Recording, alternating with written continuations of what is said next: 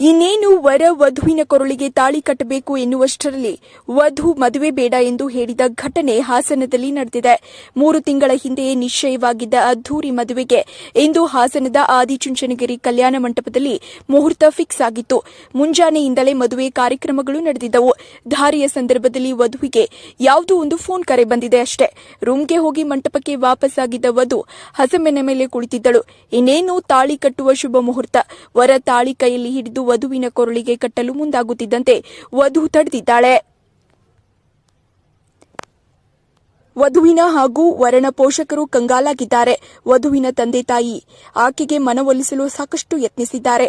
ಆದರೆ ವಧು ಮದುವೆಗೆ ಒಪ್ಪಿಲ್ಲ.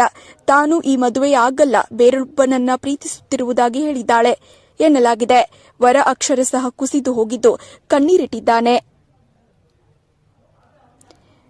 ಭುವನಹಳ್ಳಿಯ ಯುವತಿ ಹಾಗೂ ಆಲೂರು ತಾಲೂಕಿನ ಯುವ ಶಿಕ್ಷಕನ ಮದುವೆ 3 ತಿಂಗಳ ಹಿಂದೆ ನಿಶ್ಚಯವಾಗಿತ್ತು.